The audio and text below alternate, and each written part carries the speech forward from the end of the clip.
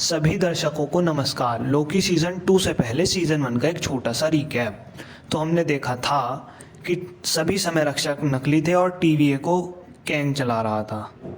सिल्वी ने लोकी के मना करने के बावजूद कैंग को मार दिया, जो अपने आप को ही हू रिमेन्स कह रहा था। जाने से पहले ही हू रिमेन्स ने कहा कि उसके समानांतर ब्रह्मांड के कई रूप आएंगे, वो आपस में लड़ेंगे और मौत का नंगा नाच हो जाएगा। लेकिन सिल्वी ने तब भी उसे मार दिया और लोकी जाके गिरा था टीवीए में, जहाँ उसे कोई पहचान नहीं रहा था। तो अब शुरू करते हैं लोकी सीज़न 2 का एपिसोड 1। हम देख पाते हैं टीवीए में कैंग की मूर्तियाँ हैं। लोकी भाग रहा है। B-15 और मोबियस उसे घेर लेते हैं। लोकी मोबियस से कहता है कि क्या तुम मुझे नहीं पहचानते। मोबियस इनकार कर देता है और इसके बाद लोकी नीचे कूद जाता है ताकि वो उसे गिरफ्तार ना कर पाए और जाके एक उड़ते हुए ट्रक में गिरता है। वो ट्रक कैंग की मूर्ति से टकराता हुआ एक बिल्डिंग में जा घुसता है। इसकी वहाँ उसे कैसी मिलता है। वो कैसी भी उसे पहचानने से इनकार कर रहा था। ऊपर से एक बड़ा सा गोला आके गिरता है जिससे फर्श चटक जाता है। फिर अचानक से लोकी गायब हो जाता है और वो उसी जगह आता है गायब होने के बाद जहाँ से वो गायब हुआ था। लेकिन वो जगह बदली हुई थी और कैसी भी अब उसे पहचानने लगा था। वो देखता है कि फर्श टूटा हुआ है, यानी कि वो समय में पीछे से आगे की तरफ आया है। लोकी कैसी से मोबियस के बारे में पूछता है, लेकिन अचानक से फिर गायब हो जाता है। आगे हम देख पाते हैं कि मोबियस और हंटर B-15 आपस में बातचीत कर रहे हैं कि कैसे उन्होंने कई दुनियाओं को नष्ट किया, ब्ला ब्ला ब्ला, हमें सच्चाई बतानी होगी, ब्ला ब्ला ब्ला, हमें सबको सच बताना होगा, ब्ला ब्ला ब्ला। तभी कैसी आके उन्हें बताता है कि लोकी उन्हें ढूंढ रहा है। वो सुन के अचंभा करते हैं। तभी X5 उन्हें आके बताता है कि रेंसलेयर के गायब होने के बाद जजेस ने एक मीटिंग रखी है और जजेस ने उन दोनों को वहाँ पे बुलाया है। वो रास्ते में जा रहे होते हैं। लोकी फिर आता है, चिल्लाता है, गायब हो जाता है, लेकिन वो ध्यान नहीं देते। फिर वो जाके मीटिंग में बैठते हैं। वहाँ एजेंट से मोबियस कहता भी है कि रेंसलेयर को उससे माफ़ी मांगनी चाहिए। मीटिंग में हम देख पाते हैं समय रक्षकों का टूटा हुआ सिर रखा हुआ है। लोकी की रिकॉर्डिंग चल रही है जिसमें वो कह रहा है कि सभी टीवीए के कर्मचारी वेरिएंट्स ही हैं जिनकी याददाश्त मिटाकर उन्हें काम पर रखा गया है। उनकी भी अपनी जिंदगियां थीं। हंटर B-15 कहती है कि हमें इस तरह समय रेखाओं को नष्ट करना बंद करना होगा। और वहाँ बैठी हुई एक ऑफिसर इसका मना करती है, ये गलत है, हमें जो हो रहा है उसे जारी रखना होगा। लेकिन जज जो होती है वो हंटर B-15 की तरफ दारी करती है और कहती है कि हमें समय रेखाओं को मिटाना बंद करना होगा, यही सही है। तभी लोकी वहाँ प्रकट हो जाता है और पास ही खड़े फौजी की जादुई छड़ी छीनकर उसे दीवार में दे मारता है और दीवार में कैंग की सभी मूर्तियाँ दिखने लग जाती हैं। हम देखते हैं मोरबियस लोकी को इस सब भगदड़ से लेकर अलग चला जाता है और वो अफसर पास ही खड़े फौजी को बुलाती है और कहती है कि समय रक्षक भले ही नकली थे पर उनकी दी हुई चेतावनियाँ सच्ची थीं। इस सब रायते के पीछे सिल्वी है, हमें उसे पकड़ना ही होगा। यहाँ हम देखते हैं लोकी और मोबियस बात कर रहे हैं। लोकी बताता है कि जिसकी मूर्ति मैंने तुम्हें बाहर दिखाई थी वही टीवीए को काबू कर रहा था, वही है जो समय के अंत तक था। हम सिल्वी और मैं उससे मिले भी थे, लेकिन सिल्वी उसे मारना चाहती थी। शायद वो बुरा था, शायद वो अच्छा था, शायद वो अच्छा ही था, इतना बुरा नहीं था। सिल्वी और मेरे बीच लड़ाई हुई और उसने मुझे यहाँ टीवीए में फेंक दिया। मोबियस उससे कहता है कि स्त्रियाँ होती हैं ऐसी हैं, पुरुष उनसे कभी चाहकर भी नहीं जीत सकते। आगे लोकी मोबियस को बताता है कि वो कैसे टीवीए के समय में पीछे और आगे जंप कर रहा है।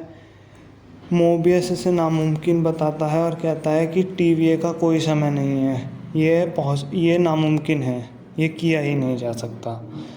लेकिन लोकी कहता है ये हो रहा है। आगे मोबियस लोकी को एक सतरंगी इंसान, हमारे एवरीवेयर वही वाली पिक्चर देखी होगी आपने, उनके, छोड़ो ना, ऑफ टॉपिक हो गया। तो ओरोबोरोस से मिलवाता है, बड़ा सतरंगी सा नाम है। शॉर्ट फॉर्म में मोबियस उन्हें ओबी कह के बुलाता है। ओबी मोबियस से कहता भाई आ गए 400 साल बाद मिलने मेरे से, लेकिन मोबियस तो ओबी को पहचान ही नहीं रहा था। सस्पेंस। तो बहरहाल पीछे से कुछ डब्बा गिरता है, ओबी उसे ठीक करके उसी मशीन से ऊपर वापस भेज देते हैं। यानी इनका काम कुछ ऐसा ही है, ये नीचे ही रहते हैं। तभी वो जैसे ही पीछे मुड़ के देखता है तो भाई लोकी गायब हो जाता है। मोबियस ने बताता है यही दिक्कत है कि ये टाइम स्लिपिंग हो रही है। इधर लोकी जाता है भूतकाल में और ओबी से मिलता है भूतकाल वाले। लोकी उनसे कहता है कि वो टाइम स्लिप की वजह से बहुत परेशान है। यहाँ वर्तमान में ओबी कहते हैं हाँ लोकी मेरे पास आया तो था कुछ सालों पहले, 400-500 सालों पहले। हम देखते हैं कि अतीत में लोकी ओबी से टेम्पोरल ऑरा एक्सट्रैक्टर बनवाता है और कहता है कि इसे मेरे दोस्त मोबियस को दे देना जब वो तुमसे मिलेगा।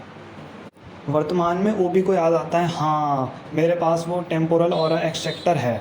वो निकाल के मोबियस को दे देता है और मोबियस से कहता है कि तुम्हें इससे लोकी को टेम्पोरल लूम से खींच के निकालना होगा। और इधर अतीत में वो लोकी को कहता है कि जो है तुम्हें अपने आप को मिटाना होगा ताकि मोबियस तुम्हें टेम्पोरल लूम में से खींच सके, और ये सब जो टाइम में आगे पीछे तुम जा रहे हो सब ठीक हो जाएगा।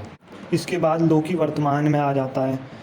मोबियस कहता है कि मैं अपने आप को टेम्पोरल लूम में से अपनी खाल धड़वाने के लिए तैयार हूँ।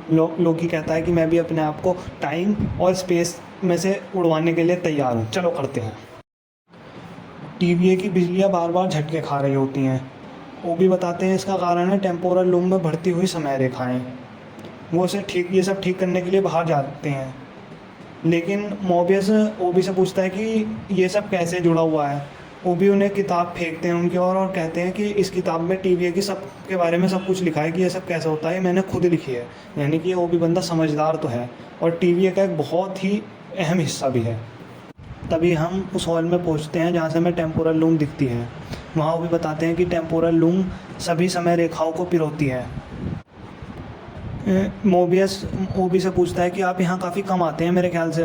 वो भी बताते हैं कि मुझे यहाँ 100 सालों में बस एक बार ही आना पड़ता है, बाकी मिस मिनट्स संभाल ही लेती थी।